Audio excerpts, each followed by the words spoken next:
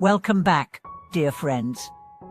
I'm honored to have you here once more. Today, we confront a question that has quietly haunted many devoted practitioners, especially those who've been walking the spiritual path for years. You've done your part, you've chanted, meditated, read scriptures, served the community, and followed the teachings. And yet, the sense of progress is faint, if not absent. Your heart asks quietly but persistently, why have you practiced for so long, yet nothing seems to change? Why is your mind still restless, your suffering still present, your heart still not free? If you've ever felt stuck despite your sincerity, know this: you are not alone, and you are not broken. There is a reason for this stagnation, and today, we will uncover it together through the words of a wise teacher whose insight has awakened countless seekers. Let us begin with a story that carries more weight than volumes of theory. In the quiet mountains of China lived an elderly monk named Master Meng Chan. He was known not for flashy miracles or intellectual brilliance, but for his unwavering clarity. One day, a group of long-time practitioners came to him. They had been chanting and meditating for decades, yet felt no sense of awakening. They were growing weary. One of them asked, "Why are we not progressing? Are we not devoted enough?" The old monk looked at them and said calmly, "Your efforts are not the problem. Your heart is." They were stunned. He continued, "You are doing the right things with the wrong mind. You chant, but your mind wanders. You meditate, but your heart clings to results. You serve, but expect praise. You practice, but with doubt. That is why you do not see the fruit." That single statement changed lives. What Master Meng Chan revealed was simple but piercing. It's not enough to do spiritual practice. You must bring the right mind to it, a mind of faith, sincerity, and surrender. Many people treat the path like a transaction. I've given my time and devotion, now where is my peace? Where is my reward?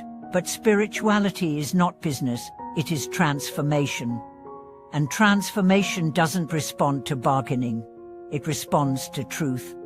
If your heart is divided, the power of practice cannot penetrate. You may be saying the words of the sutra, but if your mind is distracted by resentment, fear, or expectation, then the mantra remains a sound, not a seed. And yet, this is good news, because it means you don't have to do more. You simply have to do differently. You don't need another method. You need a deeper sincerity. Master Meng Chan often repeated this phrase: faith not deep, effort not true, mind not steady, result not real. Let's take a closer look at each part. Faith not deep. This means your trust in the Dharma, in the path, in the Buddha, must be unwavering. Not blind faith but foundational trust. Do you truly believe that awakening is possible for you? Or do you secretly think you're too broken, too late, too flawed? Because if you don't believe it, your heart won't open to it. And nothing can enter a closed heart. Effort not true. You may be putting in time, but is your effort wholehearted, or is it routine?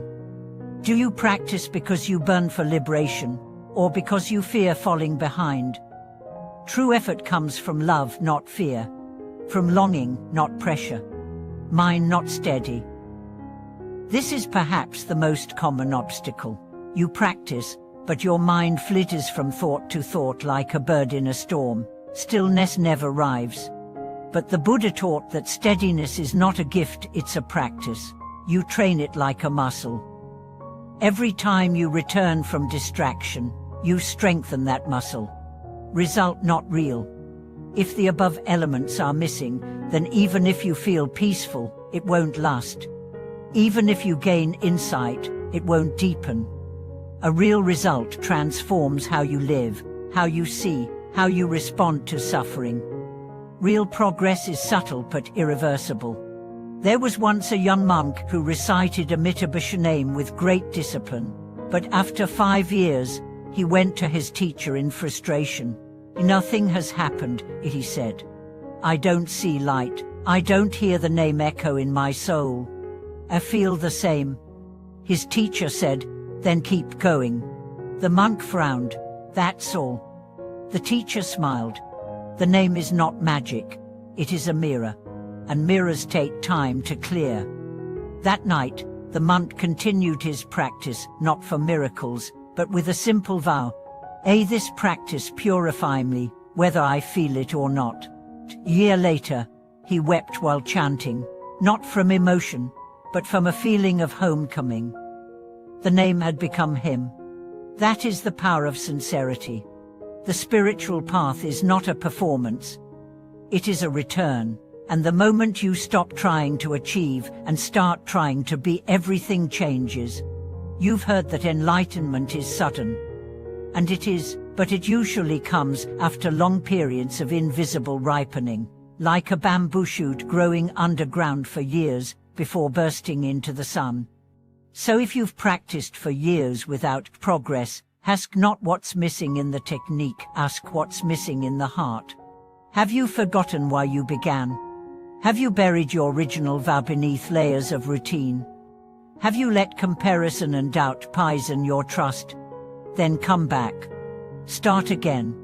Even the Buddha sat down under the Bodhi tree, not to retrieve something but to see clearly. He was not chasing miracles.